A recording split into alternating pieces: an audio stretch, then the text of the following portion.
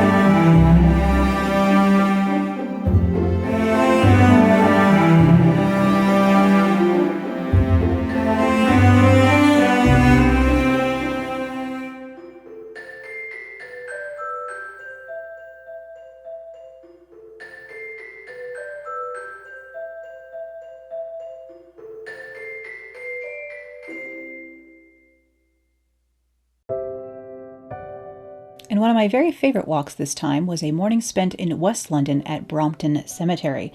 One of 7 cemeteries in and around London that have been deemed the Magnificent Seven, this Victorian cemetery was opened in 1840 and is home to over 35,000 monuments and 200,000 burials, including the grave of Emmeline Pankhurst, for example, and many, many wildflowers. This was an incredibly peaceful place, especially with the sun peeking out, the early morning rain disappearing while I was walking around, enjoying the bluebells, the bird song, and the planes going to Heathrow overhead.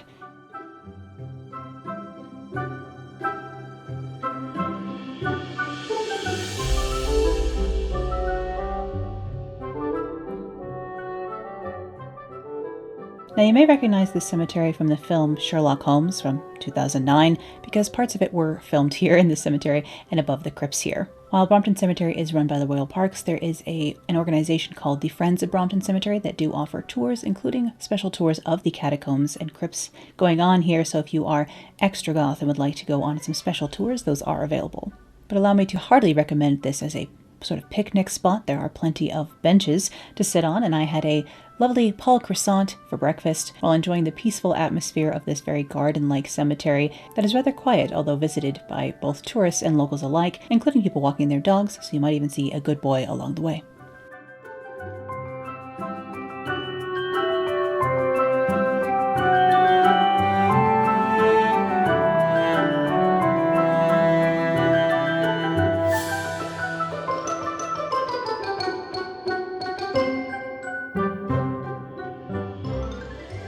And seeing as we are in West London, near Kensington, not far from some of the best museums in the world, I chose to visit Leighton House Museum next. Now you may not recognize the artist Lord Leighton here, but I bet you recognize his most famous painting.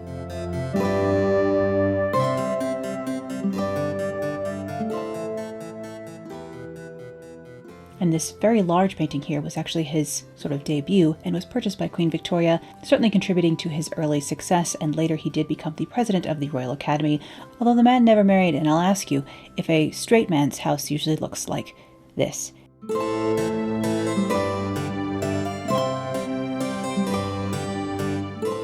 This stairwell and custom home built by Leighton and his architects to his specifications is quite spectacular. You're not strictly allowed to take photos, so I only got a few snaps, and this picture actually is not one that I took, but it shows the rest of this very gorgeous tiled room here on the ground floor. This is the only museum or stop on my list of things today that actually does charge an admission price, but I think it is well worth it to admire both Leighton's sketches and works that are displayed here, along with his home and studio's clearly eclectic and beautiful styling.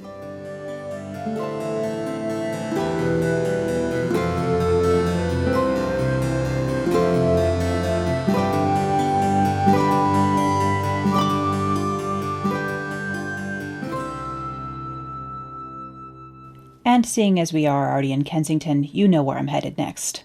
The Victoria and Albert Museum houses decorative arts, fashion, paintings, tapestry. The treasure trove is here, and it's all on display, and it's free to enter.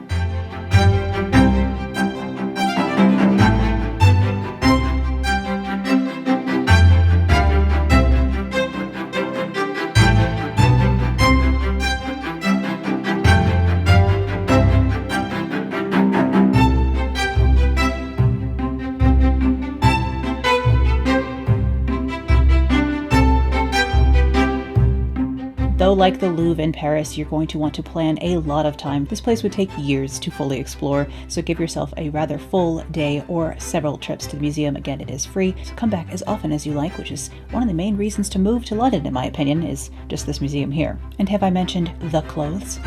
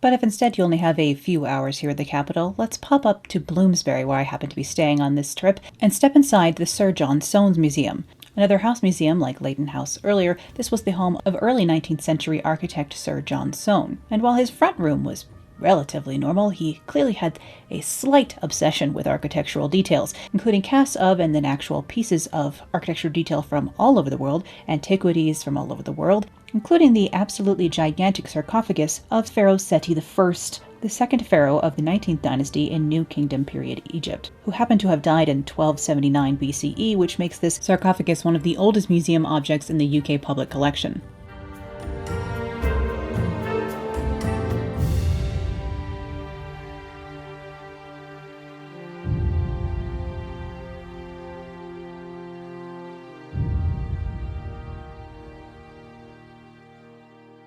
The beautifully painted tomb of Seti I was discovered in 1817 by the Italian explorer and thief Giovanni Battista Belzoni in tomb KV-17 in the Valley of the Kings.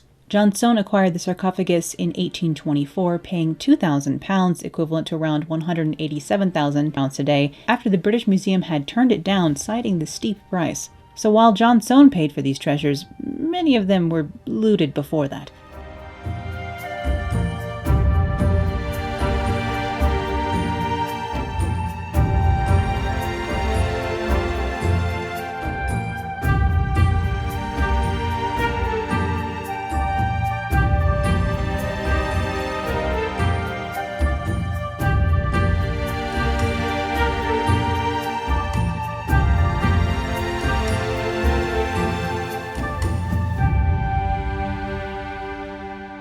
And if you still have Egypt on the mind, right up the road is the Petrie Museum of Egyptian Archaeology at the UCL. Established first as a resource for the Department of Egyptian Archaeology, the initial collection was donated by the writer Amelia Edwards. The majority of the artifacts were collected by William Matthew Flinders Petrie. Petrie excavated many major sites in the course of his career, including Roman period cemeteries at Hawara, excavations in Amarna, the city of King Akhenaten, and the first pyramid at Meidum, where he uncovered some of the earliest evidence for mummification. Though, of course, as a dress historian, the Tarkhan dress, named for the Tarkhan Cemetery south of Cairo, Egypt, where it was excavated in 1913, would be hard to top as an over 5,000-year-old linen garment, one of the world's oldest pieces of woven clothing. Though there are two other linen women's dresses from ancient Egypt, dating from around 24 to 2300 before Common Era. In general, if you're interested in very early Egyptian or Sudanese artifact, this has got to be the place in London to come and visit. And I personally always love an old-fashioned style museum, an old-fashioned style case like these.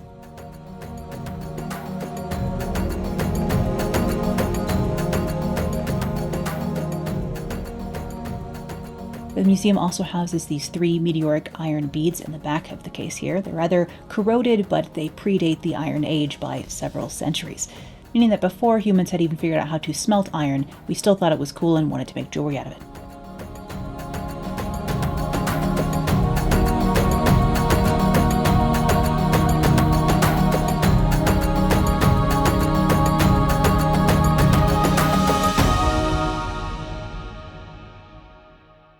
We arrive at one of my favorite tube stations, Baker Street, one of the original tube stations, and you can tell, for a short walk over to Manchester Square, where we will find Hertford House, otherwise known as the Wallace Collection Museum. And if you, like me, love 18th century art and design, you may want to go ahead and just take up permanent residence haunting this museum.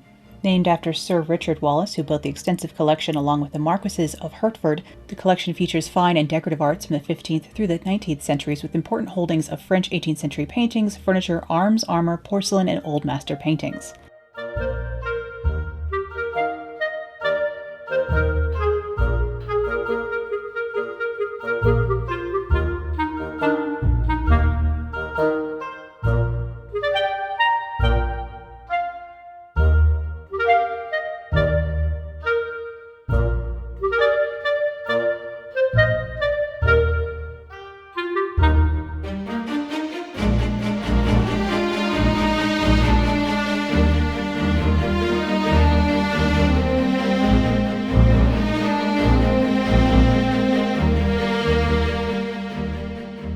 From Sèvres porcelain to paintings by Titian, Van Dyck, Rembrandt, Velázquez, Gainsborough, Delacroix, Vigée Lebrun, and my favorite, Jean van Heysen. And there are exquisite pieces of furniture in this collection that were even owned by Queen Marie Antoinette.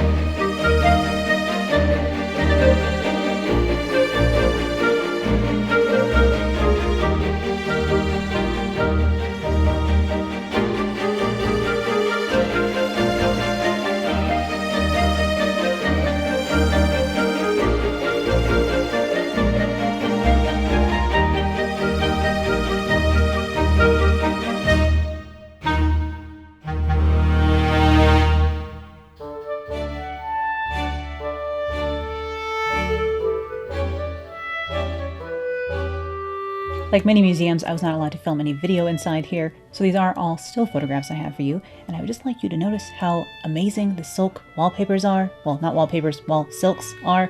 These are silk fabrics on the wall, and what a look it is. A little bit of decor inspiration going on here with the excellent curtains and tiebacks and tassels, and of course 18th century furniture, mostly pieces created for royalty or by the same cabinet makers who were working for royalty. If you love Rococo design the way that I do, you absolutely must visit the Wallace collection. There's also a large collection of arms and armor, both from Europe and other parts of the world, though parts of that collection were closed during my visit, so I just, another excuse to come back again and again.